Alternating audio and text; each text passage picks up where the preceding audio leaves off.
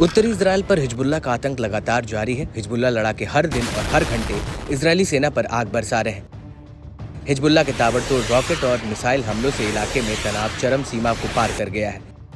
हाल में समूह ने अपने अंडरग्राउंड हथियारों के जखीरे का वीडियो जारी कर इजराइल को बड़ा झटका दिया था। अब समूह ने फिर से इजराइल पर हवाई हमला कर दहलाने की कोशिश की। हिजबुल्लाह ने 17 अगस्त 2024 को उत्तरी इजराइल के किबुत्स में करीब 55 रॉकेटों की बौछार की। हिजबुल्लाह के इस भीषण हवाई हमले से इजराइल में हड़कंप मच गया। दावा है कि हमले की जानकारी मिलते ही इजरायली पीएम भी हरकत में आ गए और इजरायली बलों के साथ बैठक की। वहीं लेबनानी प्रतिरोध ने ऐसे और बड़े हमलों के लिए इजराइल को तैयार रहने की चेतावनी दी है। समूह ने बताया कि लड़ाकों ने वादी अल केफोर पर हमले का जवाब देने के लिए उत्तरी इजराइल में नए इलाकों में रॉकेट दागे। हिजबुल्लाह ने दावा किया कि आयलेट और हाशहर इलाके को पहली बार निशाना बनाया गया है। इस पर इजरायली सुरक्षा बलों ने खुलासा किया कि हिजबुल्लाह का 50 से ज्यादा रॉकेटों से हमला बीते रात के इजरायली हमले की प्रतिक्रिया में था।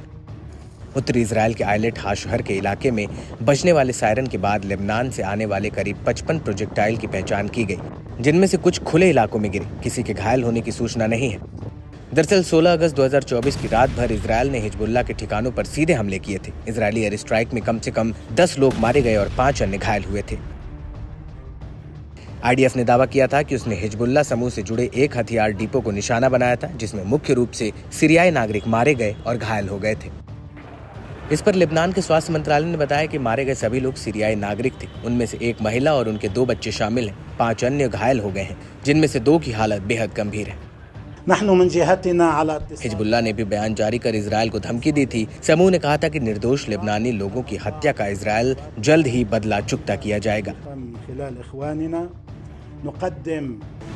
इसके अलावा लेबनान के इस्लामिक प्रतिरोध ने दावा किया कि सीरिया के गोलान में रेवैया बैरक में 188वीं ब्रिगेड की बख्तरबंद बटालियन पर लड़ाकों ने बड़ा हमला किया। इस हमले में इजरायली बलों के मुख्यालय पर एक तरफा हमला करते हुए दर्जन भर ड्रोनों की मदद से बड़ी तबाही मची।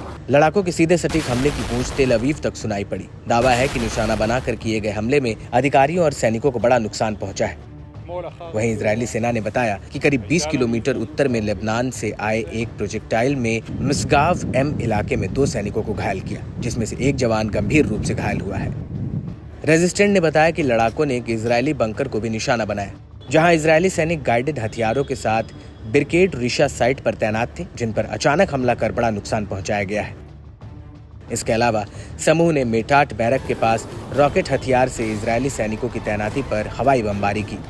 लड़ाकों ने जल अल दीर साइट के पास फलाक रॉकेटों से इजरायली फौज के ठिकानों को निशाना बनाया। हिजबुल्लाह ने तोपखाने के गोले से अल 80 साइट को भी निशाना बनाया। साथ ही लड़ाकों ने नेतुआ बस्ती में इजरायली सैनिकों की ओर से इस्तेमाल होने वाली इमारत पर हमला कर उसे मिट्टी में मिला दिया।